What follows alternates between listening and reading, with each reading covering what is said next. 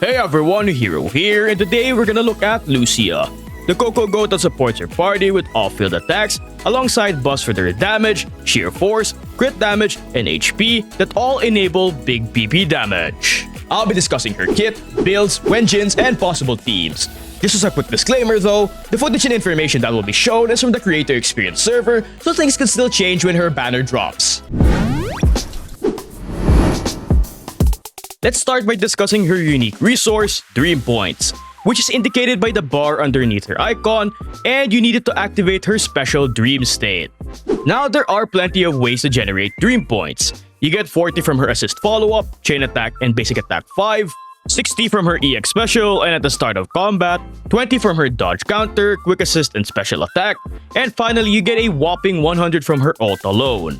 It's also worth noting that all of her abilities are divided into two types, which are whims and harmonies. Most of her attacks outside of the Dream State are considered as whims and are mainly used for generating Dream Points, and generally, they deal less damage than harmonies. While on the other hand, harmony attacks deal more damage, and the damage of their final hit gets boosted by 70% of Lucia's max HP.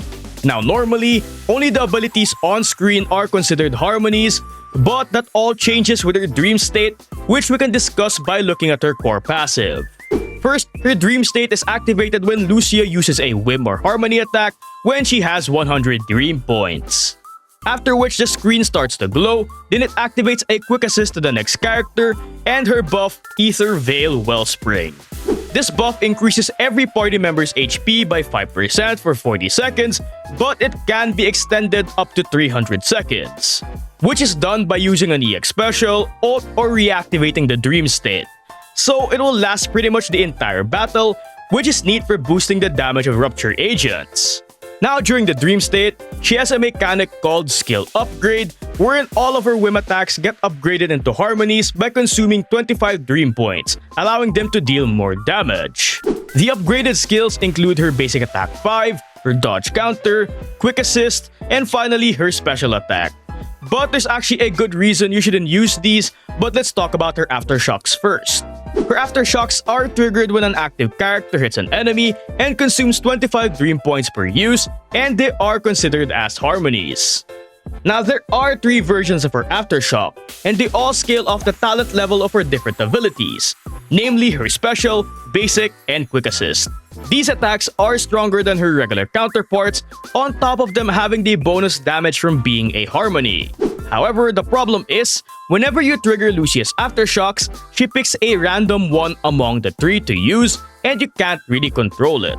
So for example, Lucia can use her Basic Aftershock 3 times in a row if she wanted, or use different ones. It's really up to her and RNG. So if you care about her damage, it's very important you level her basics, special, and assist to have her deal more consistent damage due to her Aftershock's random nature.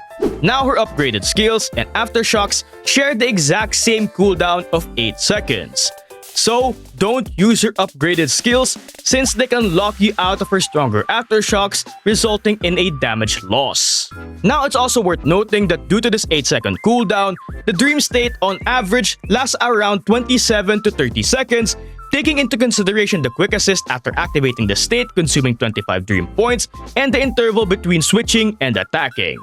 But it could last longer, especially when considering factors like agent attack frequency, dodging, enemy mechanics, and more. But it can pretty much have permanent uptime since it's easy to get the 100 Dream Points to refresh it. Her core passive also has another buff called Dreamer Nursery Rhyme, which buffs the team's damage by 20% for 12 seconds after she triggers an Aftershock or skill upgrade. This buff does have a refreshable duration, so it will have permanent uptime during the Dream State. And it will last for 12 seconds after her Aftershocks consume the last 25 Dream Points to end the state. So you have 12 seconds to re-enter the Dream State in order to maintain high uptime of this buff. But moving on to her EX Special, which is a harmony that has its final hit buffed by 70% of Lucia's HP. And it has 2 effects depending on the current state. If she's in the Dream State, it extends Wellspring's duration by 16 seconds. If she's not, it gives her 60 Dream Points instead. It also combos directly into her Basic Attack 5, which allows for a combo that directly puts her in the Dream State. So it is very important you save enough energy to use her EX special right after her dream state ends, so you immediately reactivate it. Now, any of her Harmony attacks also provides the Dark Breaker state buff that can provide up to a 900 sheer force depending on how much HP Lucia has. She needs a max of 24,000 HP in order to max out the buff, which is insane, so good luck with that. This buff lasts for 20 seconds, but it does have a refreshable duration, and since you can use Harmony attacks to refresh it, it will have permanent uptime as long as you have good uptime of her dream state for her aftershocks. As for her ult, it lets you ride and control a charging Ethereal for 3 seconds, after which it explodes. But it's worth noting, letting go of the direction keys at any time skips directly into the explosion. Now her ult provides survivability bonuses so Lucia won't die while riding her pet. But aside from this, it triggers a quick assist while leaving a starlight field for 8 seconds. This heals the active party member for 1.6% of Lucia's HP per second, but the field ends after the active character leaves the field for 4 seconds or immediately if they are switched out. Now her ult also does 2 other things depending on the state Lucia's in. Outside the dream state, it gives her 100 dream points, allowing her to enter the state immediately. But if she's in the dream state, it will give her the 100 dream points after the state ends, allowing her to immediately re-enter the state. And finally, her additional ability, which needs a stun or rapture character to activate, which basically just allows for her Dark Breaker buff to also give a 30% crit damage buff. So here's a comparison of all the buffs she gives compared to the top supports we currently have in the game. She provides the biggest sheer force buff out of any unit, while also providing great survivability and offensive utility, which allows her to take the crown of best Rupture support from units like Panyan Hu or Astra Yao. Now it's also worth noting that her buffs are not tied to her dream state, the state just makes them easier to refresh. And more often than not, her buffs would stay a bit after her dream state ends, so it's very easy to maintain uptime of them. But with her kit out of the way, let's talk about her Mindscapes. Her M1 also allows her Dreamer's Nursery Rhyme to give an 18% all attribute Resignor and 5% Decibel Generation buff. And every time Lucia performs a skill upgrade, she gains an Echo, stacking up to 4 times, and she can consume 1 to reapply her Nursery buff after it expires. Now this of course is just more overall damage, which is pretty darn neat, but it also helps with the uptime of her Nursery buff, allowing it to last longer outside of the dream state. While her M2 gives additional buffs for agents inside her Aether Veil Wellspring. First, it enables Harmonies to deal 15% more damage, while also enabling her Dark Breaker state to give a 15% sheer damage buff. Again, this is pretty neat for way more damage, especially since her Aether Veil can pretty much have permanent uptime. As for her M4, it grants 100 decibels to every party member every time an Aether Veil is activated or has its duration extended, but this effect has a cooldown of 15 seconds. Nothing really too crazy, but it does allow agents to get their ult much earlier in combat, which could possibly allow you to squeeze in an extra ult depending on when you use them. And finally, for her M6, when Lucia is inside any Aether Veil, her attack increases by 2% of her initial max HP and enables guaranteed crits for Harmonies while buffing their crit damage by 30%. Now this is pretty much your standard M6 that turns your supports into pseudo sub-DPSs, allowing her to deal and contribute more to the team's damage output by buffing the damage of the attack scaling portion of all of her attacks.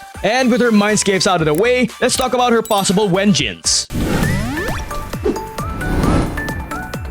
Lucia's signature, Dreamlit Heart, buffs Lucia's HP by 30% and her HP regen by 0.4% just by equipping it.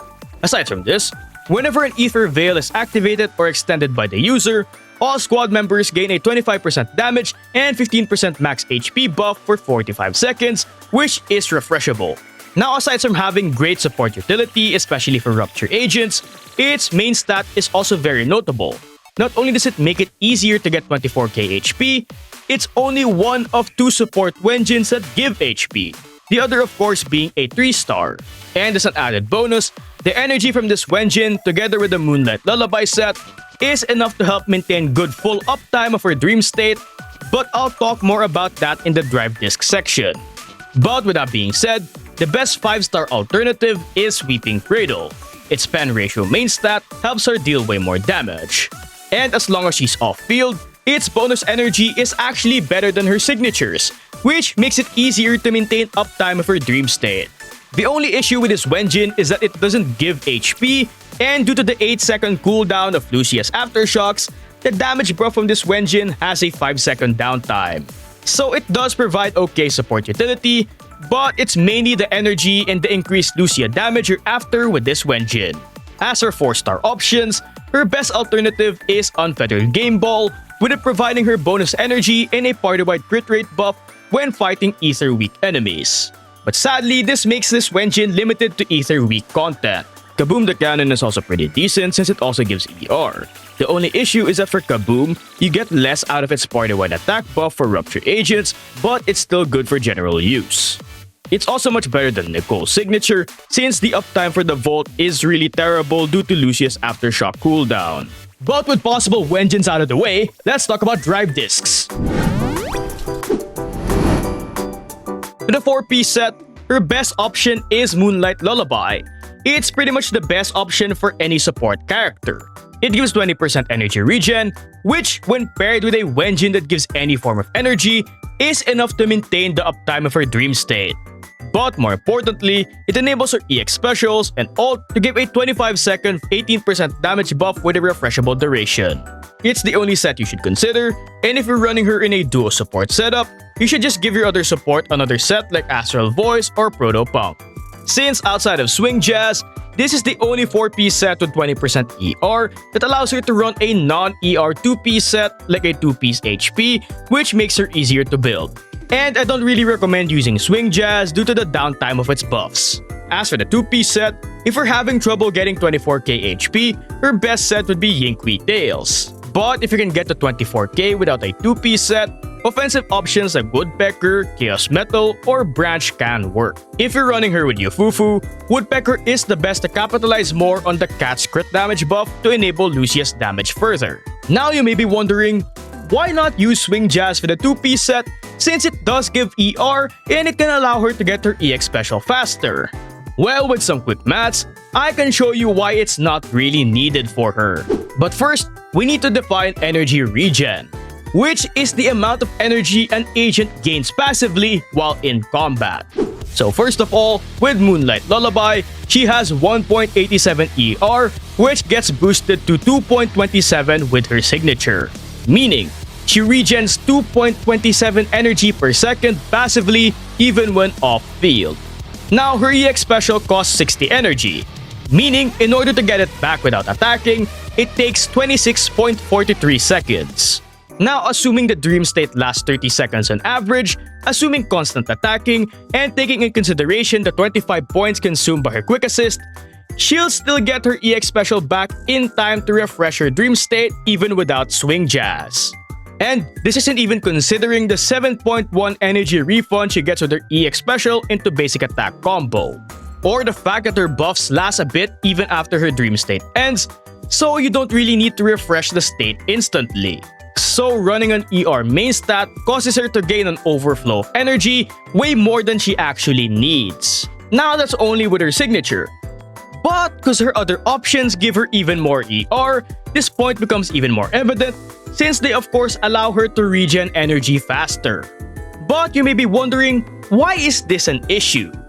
Well, outside of refreshing her dream state, it's not really too beneficial to keep switching into her to use her EX special while the dream state is up. It takes away field time from her DPS, which isn't really too ideal with the current DPS she wants to be around with, which are Monato and Yixuan. It causes them to lose a significant amount of field time over the course of the entire battle, which results in a bigger damage loss since you're taking away field time from the heavy hitters and giving it to your support to have them deal way less damage instead. And from personal experience and testing with a Swing Jazz 2-piece set, you'll end up leaving Lucia with a full bar of energy for a good chunk of the battle, which you'll end up seeing in the Yixuan showcase later on. This is because you'll end up favoring your DPS for field time, leaving you no extra opportunities to use your extra EX special. So it's much more beneficial to use an option like Yinkui Tails to make her easier to build, or an offensive option to min-max and improve her off-field damage. But with her possible drive discs out of the way, let's talk about stats. For the main stats, you want HP for slot 4, 5, and 6. And as much as possible, you want to run an HP main stat until you reach 24,000 HP. And in most cases, with or without your signature and average sub-stat luck, you'll probably need to run these to reach it. However, if you can reach 24k without one of them, you can run a more offensive option like crit on slot 4, but that would take a lot of sub-stat luck. And the same thing I said with Swing Jazz also applies to an ER slot 6. She doesn't really need it, since she gets enough ER from her Wenjin options and Moonlight Lullaby. As for substats, you mainly want to focus on HP stats first and then crit damage. While stats like attack and pen are optional to improve her damage, since part of her abilities do still scale off them. But they're a very low priority, since getting her to her high HP goal is already difficult enough, so that should be your main priority. But speaking of which, as I kept yapping about, her only stat goal is 24k HP, which is extremely high. In comparison, even HP scaling DPSs like Yixuan or Monato find it very difficult to reach 20k HP with their best builds. So honestly, just get as close as you can to 24k. You don't really need to max it out, since missing 50 or so sheer force won't really cause too big of a damage drop-off. Now, I won't give crit or attack goals, since it would heavily depend on your setup and how lucky you are with HP substat rolls. So just scrounge up however much crit you can get after getting as close to 24k as possible. With her stats out of the way, let's talk about possible teammates. Well, for teams and synergies, there isn't really too much to say. She's pretty much the premier best support for any Rupture agent we currently have.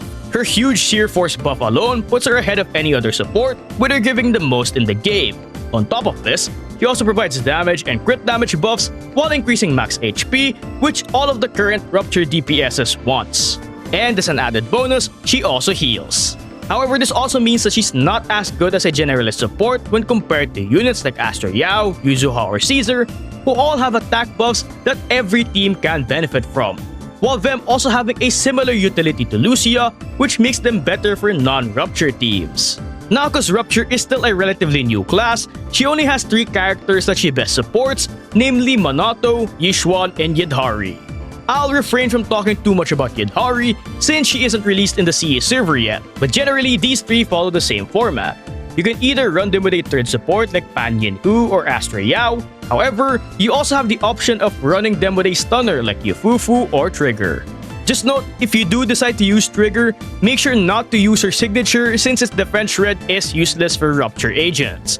It's much better to use an engine that provides more impact or daze. But let's look at Yixuan's team performance. Now, these tests were done with the Miasma Fiend boss with buffs for HP, Ether, and ult damage. Every A-rank agent was at M6, while every S-rank agent was at M0, and every agent apart from Trigger had their signatures. But with that in mind, the scores you see here are due to many variables like my skill issue. So they are bound to change depending on your skill level, team builds, Wenjins, and more. But out of all the teams, the comp with Yufufu performed the best, being able to achieve a 50k score run despite being E0. This is mainly due to all of the buffs this team and the boss gives to Yixuan, while allowing her to take more advantage of more stuns to deal damage.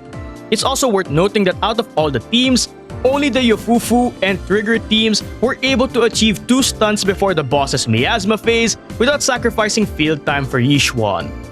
Now comparing with Yixuan's old best teams with Yufufu, the team with Lucia performed 11.81% better than a team with Astra, and 14.76% better than a team with Pan Yin-Hu. And all teams were able to get 2 stuns before the Miasma phase, allowing for a much higher score than if you were only able to pull off 1 stun. Which should give a good idea on how much Lucia improves the team's damage compared to the other 2 when given similar situations in battle. While yes, all of these 3 units provide a lot of field time for Yixuan and provide pretty good buffs, Lucia's buffs were able to skyrocket Yixuan's performance due to how much higher and how tailored they are for Rupture teams. But in terms of gameplay, while not being as comfortable as a comp with Astra, the Lucia team was still generally easy to play. Her buffs last a long time and are very easy to refresh since they stay a bit even after her dream state expires, giving you a big leeway for maintaining her buff uptime. And it was generally more comfortable to run than the Panda team. This is due to Lucia's buffs being longer, making it easier to keep track of her buff timers, and you have to switch into Lucia less, giving more field time for Yixuan to deal damage. So Lucia is definitely a big upgrade to consider for Yixuan mains if you want to massively improve her performance. But moving on to Monotto, this was tested with a new boss, but I'll refrain from talking too much about its mechanics to prevent spoilers. The team that worked the best for me was one with Yufufu, which of course is due to her off-field stunning and buffs, giving him more time to deal damage and build this expensive EX special. It's also worth noting that the pairing with Astra Yao made it easier to defensive assist with Monotto to spam his high damage assist follow-ups. But the team is only let down by its lack of a stunner. But for free-to-play teams, the comp with Pokra performed the best. Its only issue is that it's only recommended to run with an M6 Pokra since her universal buffs only become available then. But overall, the Lucia plus Monotto comps performed pretty well, and just like with Yixuan, Lucia is the best support for our beefcake. But that's about it. But there's just one last question. Is she a must-pull? Well, as usual, it depends on your account.